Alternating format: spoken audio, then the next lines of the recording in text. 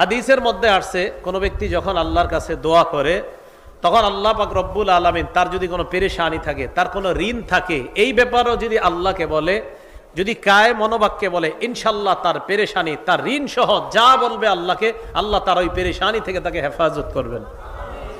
দলিল আবু দাউদ শরীফ 1555 নম্বর হাদিসের বর্ণনা। আন আবি সাঈদিন আল খুদরি রাদিয়াল্লাহু তাআলা আনহু قال, আবু সাঈদ খুদরি রাদিয়াল্লাহু তাআলা আনহুর বর্ণনা, দাখালা রাসূলুল্লাহ সাল্লাল্লাহু আলাইহি ওয়াসাল্লাম ইয়াওমান আল মসজিদ, আল্লাহ নবী একদিন মসজিদে প্রবেশ করলেন।